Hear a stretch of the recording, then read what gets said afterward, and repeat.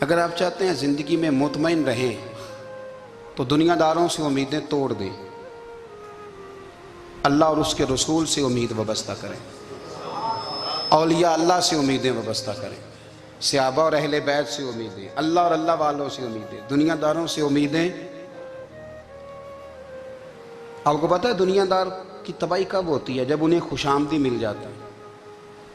چودھری کا بیڑا اس وقت غرق ہوتا ہے جب اسے چودھری کہنے والے زیادہ ہو جاتے ہیں۔ سیٹھ صاحب اور نواب صاحب بیچارے تباہ تب ہوتے ہیں بھولے پن میں، جب ان کے دائیں بائیں ریلا ہوتا ہے سیٹھ صاحب کہنے کا، لوگ انہیں کھانا چاہتے ہیں، پیار ان کا نہیں ہوتا، ان کی جیب کا ہوتا ہے، محبت ان سے نہیں ہوتی، ان کی کرسی سے ہوتی ہے، ضروریات کا پیار ہوتا ہے، تباہ کر دیا جاتا ہے۔ ہماری ساری توقعات دنیا داروں سے وابستہ ہو گئی ہیں، ناراض نہ ہونا۔ پیروں نے، مولویوں نے، درویشوں نے، انہوں نے بھی سیٹھ رکھے ہوئے جلسوں کی صدارت کرانے کے لیے، یعنی مذہبی جلسہ ہے، اس میں بہت زبردست پڑھے لکھے صاحب تقوی عالم کا خطاب ہے، اور کی صدارت وہ بندہ کر رہا ہے جس نے عشاء کی نماز بھی نہیں پڑھی، وہ بندہ صدارت کر رہا ہے۔ کیوں؟ اس لیے کہ اس نے لاکھ روپیہ دیا ہے محفل میں۔ خدا را دنیا داروں سے امیدیں چھوڑ دیں ورنہ آپ کمزور پڑ جائیں گے، آپ کی امیدیں ٹوٹیں گی۔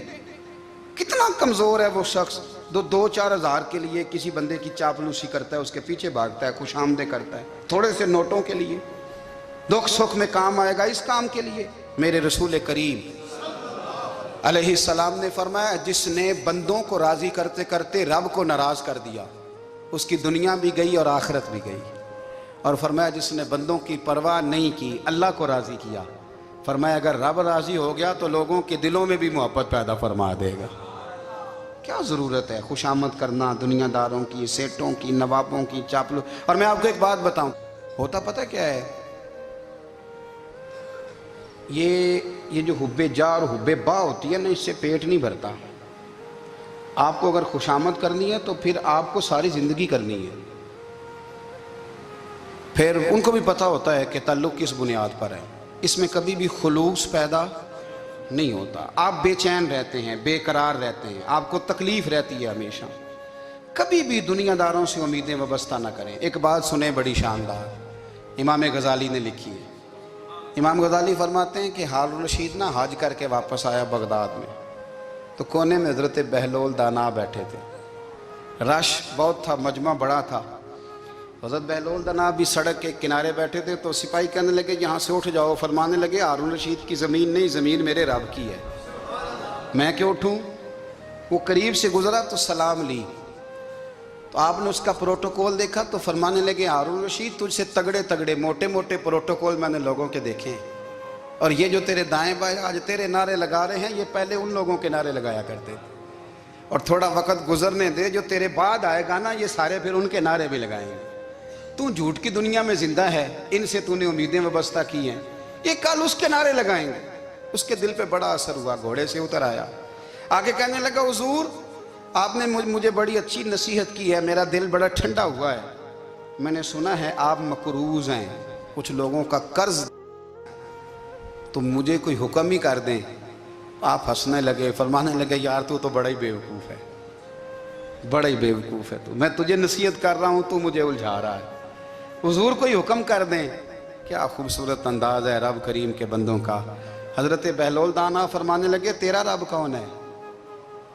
کہا اللہ، تو فرمایا میرا کون ہے؟ کہا اللہ۔ فرمانے لگے یہ تو نہیں نہ ہو سکتا کہ اللہ ہارون رشید کو دیتا رہے اور بہلول دانا کو بھول ہی جائے، یہ تو نہیں نہ ہو سکتا کہ ہارون رشید کو دیتا رہے اور بہلول دانا کو بھول جائے۔ فرمایا اس کا دل، اس کا ارادہ ہوا، ارادہ قدرت ہوا کہ بہلول مقروض رہنا چاہیے، تو اگر رب مجھے رکھنا چاہتا ہے، دکھ قبول محمد بخشا راضی رہن پیارے، اگر وہ چاہتا ہے میں مقروض رہوں تو میں بھی چاہتا ہوں کہ میں مقروض ہی رہوں، یہ تو نہیں نہ ہو سکتا کہ تجھے دے اور مجھے نہ دے۔ فرمایا میری تجھ سے کوئی امید نہیں، مجھے جب بھی دے گا میرا رب بھی دے گا، اور وہ دے گا تو پھر انشاءاللہ خزانے کھول کے دے گا۔ دنیا داروں سے امیدیں وابستہ کرنا، لوگوں کے پیچھے، یہ چھوڑ دیں، آپ بے چین رہیں گے، بے قرار رہیں گے۔ اللہ والوں سے ضرور امیدیں وابستہ کریں، اس لیے کہ ان کے پاس جو کچھ ہوتا ہے وہ دراصل رب کا ہی ہوتا ہے. لیکن سیٹھوں سے، نوابوں سے، سیاستدانوں سے باز آ جائیں. ہماری بڑی امیدیں وابستہ ہیں. میں اکثر کہتا ہوں جتنے پھیرے نوکری کے لیے دنیا دار کے دروازے پہ لگائے ہیں نا، اس سے کم دفعہ مسجد میں نفل پڑے ہوتے تو رب اتنی بڑی مہربانی فرما دیتا. تیسری بات یہ یاد رکھیں، اگر سکون لینا چاہتے ہیں نا، اگر سکون لینا چاہتے ہو نا تو لوگوں کو ڈسکس کرنا بند کر دو. کس کو اللہ نے کتنے پیسے دیے ہیں وہ جانے اور اللہ جانے، کس کو اللہ نے کتنی گاڑیاں دی ہیں وہ جانے، اور لوگوں کو ڈسکس کرنا. جی یعنی میں ایک جگہ بیٹھا تھا تو ایک صاحب گاڑی والا گزرا، گاڑی میں بیٹھ کے، اس کا پڑوسی تھا، کہتا منہ ہے کار والا. میں کہ وہ تے ہے تاں ہی بیٹھا ہے. تے ہن میں کہ سمجھانا سی نا انہوں، میں کہ توں تے میں حساب لائیے بھی ساڈے کول کوئی نہیں، وہ تے ہے. دیکھیں نا اللہ نے اسے دی ہے نا، تو اللہ نے چاہا نا وہ کار میں بیٹھے. تو جس نے پھٹے پہ بیٹھ کے یہ تبصرہ کیا کہ منہ ہے کار والا، میں کہ ابھی وہ تے ہے تاں کار ہے. اب مجھے اور تجھے اندازہ لگانا چاہیے کہ ہم کیا یہ بحث ہے. یعنی اللہ کو چاہیے تھا معاذ اللہ کے پہلے تم سے پوچھتا کہ اسے کار دینی ہے کہ نہیں. کیا مطلب فضول بحث ہے. وہ چیز ہمیں اتنا تنگ کرتی ہے، اتنی تکلیف دیتی ہے کہ آپ یقین کریں سارا دن اسی کو ڈسکس کرتے ہیں. سارا دن اس کے پاس گاڑی ہے، اس کے پاس کار ہے، فلانے کا پیسہ 1 نمبر ہے، فلانے کا 2 نمبر ہے، فلانے کا 6 نمبر ہے. اصل بات کے اندر حسد ہے، اس کو نکالو. ایک بات کہنے لگا ہوں، اسے یاد رکھنا. میرے اعلیٰ حضرت رحمۃ اللہ علیہ فرمایا کرتے، حسد کرنے والا بندوں پر اعتراض نہیں کرتا، اللہ پر اعتراض کرتا. وہ کہتا ہے اللہ اسے کیوں دیا ہے، اتنا کیوں دیا ہے، معاذ اللہ وہ اللہ کی تقسیم پر اعتراض کرتا. حسد کرتے ہو بے چین رہو گے. حسد آپ کے دل کو تڑپا کے رکھ دے گا. چھوڑے، اللہ بڑا کریم ہے، جس کو جہاں چاہتا ہے وہاں بٹھا دیتا ہے. آپ قطعاً اس بحث میں نہ پڑیں کہ اللہ نے کس کو کتنا دیا ہے، کب دیا ہے، کیوں دیا ہے. وہ بڑا بے نیاز ہے. حسد آپ کو تباہ کرے گا. دنیا میں پہلا گناہ جو ہوا تھا وہ حسد تھا. ابلیس نے حضرت آدم سے حسد کیا، کہنے لگا میں بہتر ہوں، سرداری اس کو مل رہی ہے، یہ تو اللہ کو پتہ ہے نا کس کو دینی ہے. اور دنیا میں پہلا قتل حسد کی وجہ سے ہوا. حابیل قابیل کے درمیان حسد کا معاملہ تھا. خاتون کا نکاح اس سے کیوں ہو رہا ہے، مجھ سے ہونا چاہیے. حسد تباہی کرتا. آپ یقین کریں، یعنی دکاندار کے سامنے دوسری دکان پڑتی ہے اور پریشان ہو جاتا ہے. وہ کہتا ہے میرا کیا بنے گا، لا حول ولا قوت الا باللہ العلی العظیم. یعنی تیرا کا خیال ہے کہ تیرے حصے کی روٹی وہ کھا جائے گا. اتنا چھوٹا دل. یعنی تیرا موقف یہ ہے کہ تیرے حصے کا نصیب اس تک چلا جائے گا، یہ تیری خواہش ہے. ایک دوسرے کی کمزوریاں بیان کرنا، اس کا تو مال ہی ناقص ہے جی، اس کے تو پاس ہی کچھ نہیں. یہ تو کمزور لوگوں کا طریقہ ہے. میرے رسول کریم علیہ السلام گزر رہے تھے، پت جھڑ کا موسم تھا، خزاں کا موسم تھا، درختوں کے پتے جھڑ رہے تھے. صحابہ کو ساتھ لے کے حضور گزرے اور ایک درخت کی ٹہنی کو پکڑ کے حضور نے ہلایا. صحابہ فرماتے ہیں کہ چھم چھم اس کے پتے گرے، زمین پر ڈھیر لگ گیا. حضور نے فرمایا دیکھا تم نے کیا ہوا؟ حضور ہاں. فرمایا کتنی تیزی سے پتے جھڑے ہیں، صرف تنا رہ گیا ہے اور خالی ٹہنیاں رہ گئی ہیں، کوئی حسن بچا ہے؟ حضور نہیں. تو نبی کریم فرمانے لگے جو حسد کرتا ہے نا اس کی نیکیاں بھی اسی طرح جھڑ جاتی ہیں، اسی طرح. اور ایک جگہ حضور فرمانے لگے جس طرح راکھ لکڑی کو آگ کھا جاتی ہے، جس طرح لکڑی کو آگ، جب آگ کھا جائے تو پھر لکڑی کو لکڑی نہیں کہا جاتا، راکھ کہا جاتا ہے، کوئلہ کہا جاتا ہے. اس کی اصل باقی یعنی اسے کھائی جاتی ہے. تو حضور علیہ السلام فرمانے لگے جس طرح آگ لکڑی کو کھا جاتی ہے، فرمایا اسی طرح حسد نیکیوں کو کھا جاتا ہے، نیکیاں رہتی نہیں. حسد کرنے والے کے پاس نیکیاں یعنی ان کی اصل شکل موجود، کبھی بھی حسد نہیں کریں. اللہ کی تقسیم ہے، جس کو چاہے جب چاہے جتنا چاہے عطا کرے.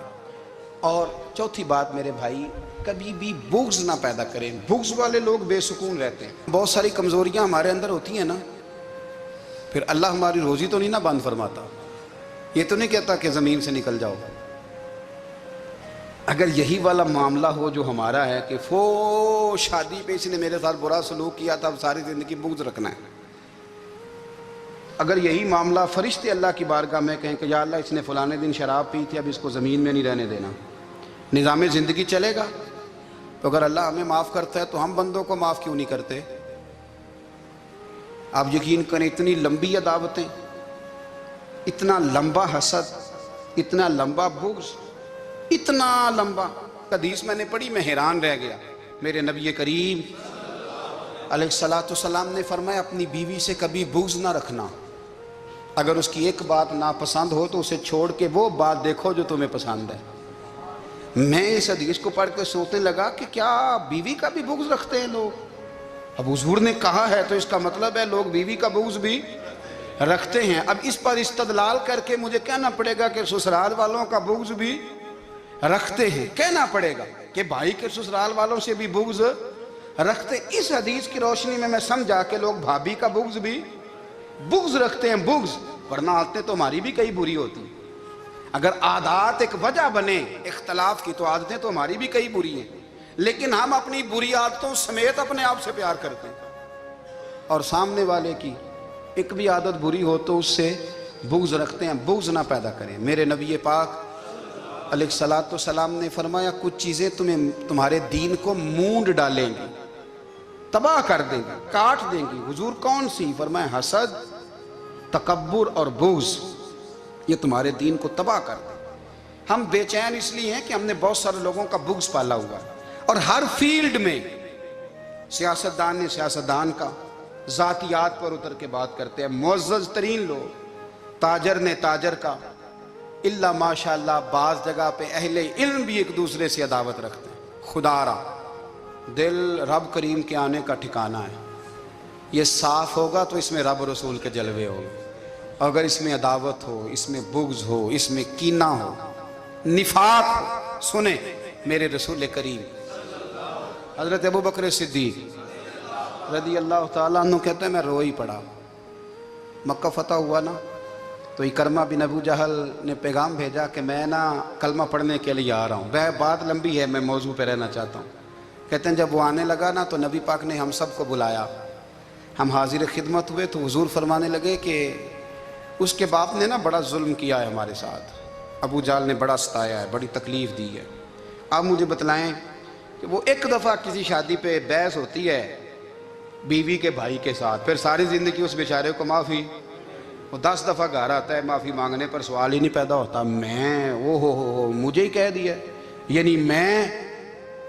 پھر مجھے ہی کہہ دیا آپ نے، اور میری شان میں بے ادبی، اور پھر میں معاف کر دوں؟ توبہ توبہ توبہ، یہ کیسے ہو سکتا ہے؟ میری ناک نیچی ہو جائے گی، اور آپ نے مجھے کہہ دیا، سوال ہی نہیں پیدا ہوتا۔ اور یہ رونا میں اکثر ہوتا ہوں کہ شادی والے دن داماد صاحب کا زیادہ دماغ خراب ہوتا ہے۔ جب چھوٹی سالی کی شادی ہوتی ہے نا، اس دن اس کو بخار چڑھتا ہے، کوئی اس کو کان میں کہتا ہے تیری عزت نہیں کر دیں، اس دن اس کا دماغ خراب ہو جاتا ہے، بچے اٹھا کے نکل آتا ہے، وہ بیچارہ سسر منتیں کر رہا ہوتا ہے کہ تیری مہربانی آ جا، یہ عزت کرا رہا ہے۔ تو میں نے کہا احتجاج کر کے جو عزت کرائی جاتی ہے وہ عزت نہیں ہوتی۔ ہاں یہاں مانگ کے عزت لیتے ہیں لوگ، یا احتجاج کی کوئی عزت ہے؟ آپ کے اندر کمالات اتنے ہوں کہ آپ کی عزت کرنے کو دل چاہے، یعنی مزہ آئے، یعنی لطف آئے، یعنی آپ دور بیٹھے ہوں تو کسی کا دل کرے آپ کو اسٹیج پہ بلانے کے لیے۔ یہ کیا بات ہوئی کہ چھائے جانا اور بھاگ کے آگے جانا؟ ان سے نکلیں۔ اکرمہ بن ابو جہل کلمہ پڑھنے کے ارادے سے آ رہے ہیں، حضور علیہ السلام نے صحابہ کو بلایا۔ کتنی زیادہ عداوت رکھی جا سکتی تھی معاذ اللہ؟ کب سے وہ چلا تھا ظلم کرنے، اور اس کے بعد اس کا بیٹا شروع ہو گیا۔ کتنی باتیں تھیں جو ناقابل معافی تھیں، پر کریم رسول نے ہمیں بتلایا ہے کہ سکون والی زندگی کہتے کس کو ہے۔ جب سب لوگ جمع ہو گئے تو حضور نے فرمایا بھئی وہ کلمہ پڑھنے آ رہا ہے، اس کے باپ نے ظلم بڑے کیے ہیں، پر میری نصیحت یہ ہے کہ اس کے سامنے اس کے باپ کو برا نہ کہے، خبردار کوئی اس کے سامنے کوئی بات نہ کرے۔ اب وہ کلمہ پڑھنے آ رہا ہے، مطیع ہو کے آ رہا ہے، بان کے آ رہا ہے۔ کہتے ہیں اللہ کے رسول نے کافی دیر تک خطبہ دیا، بریفنگ دی، بات سمجھائی۔ جناب صدیق اکبر کہتے ہیں میں رو پڑا۔ ایک صحابی مجھے کہنے لگے تمہیں کیا ہوا؟ تو میں نے کہا میں مصطفیٰ کی رحمت پہ رو رہا ہوں، دیکھو کن کے لیے حضور گراؤنڈ بنا رہے ہیں، دیکھو کن کے لیے حضور تیاری کر رہے ہیں، جنہوں نے ساری زندگی دشمنی کی۔ خدا را یہ اندر سے عداوتیں نکال پھینکو. او بھائی اتنا تو لمبا ٹائم ہی کوئی نہیں, اتنا تو وقت ہی کوئی نہیں, اس کو صاف رکھو. بندہ کوئی کر بھی گیا تو کوئی حرج نہیں. چنگی مندی سجنا کولوں 100 واری ہو جاندی, یار یاراں دا گلا نہیں کر دے.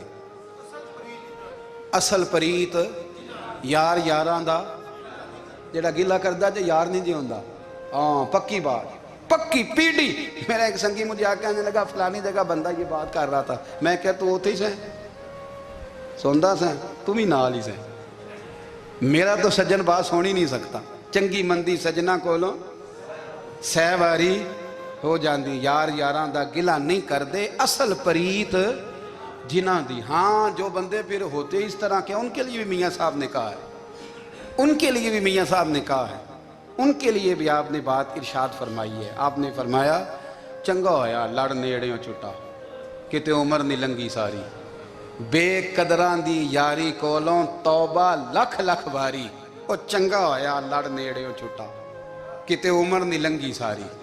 جو اس طرح کا تھا نا شکوے کرنے والا, بغض رکھنے والا, فرمایا بے قدراں دی یاری کولوں توبہ, یعنی لاکھ تے لاکھ کنے ہو گئے, یعنی 2 لاکھ باری توبہ کی تھی انہوں نے, گنی نہیں جا سکتی جتنی میاں صاحب نے توبہ کر دی. بے قدرے دوست, بے قدراں دی یاری کولوں توبہ لکھ لکھ باری. چنگا ہویا لڑ نیڑیوں چھٹا کتے عمر نہیں لنگی ساری. تو مہربانی کریں, ایک تو اگر آپ مطمئن رہنا چاہتے ہیں تو کبھی کبھی نا مست ہو کے ذکر الہی کریں. مست ہو, وہ والا ذکر نہیں جس میں آپ موبائل بھی دیکھ رہے ہیں اور کہانیاں بھی. میرے سامنے کو بندہ جمعے والے دن یا تقریر کے درمیان تسبیح لے کے بیٹھ جائے تو میں اس سے پوچھتا ہوں تو 2 کام ایک ٹائم جی میں پہ کرنا ہے. میری بھی بات سن رہے ہو, تسبیح پڑھی تو ممکن ہی نہیں. تسبیح تو تسبیح ہے, جب وہ ہوگی تو پھر کوئی اور کام سوال ہی نہیں پیدا ہو. ایک تو ذکر کریں محو ہو, دوسری بات حقیقت کا سامنا کریں. آپ اگر مطمئن رہنا چاہتے ہیں تو حقیقت پسند بنیں. تیسری بات حسد چھوڑ دیں, دوسروں کو ڈسکس کرنا چھوڑ دیں. آپ یہ دیکھیں کہ اللہ نے مجھے کیا کچھ دیا, اس پہ راضی رہیں. اور چوتھی بات عداوت چھوڑ دیں, سینے میں کینہ چھوڑ دیں. آپ کی زندگی مطمئن ہو جائے گی, آپ خوشحال رہیں گے. وہ جو آپ لفظ کہتے ہیں نا کہ میں بور ہوں, میں پریشان ہوں, اس سے آپ نکل آئیں گے. اللہ ہمیں محبوب کی غلامی میں زندہ رکھے, غلامی میں موت.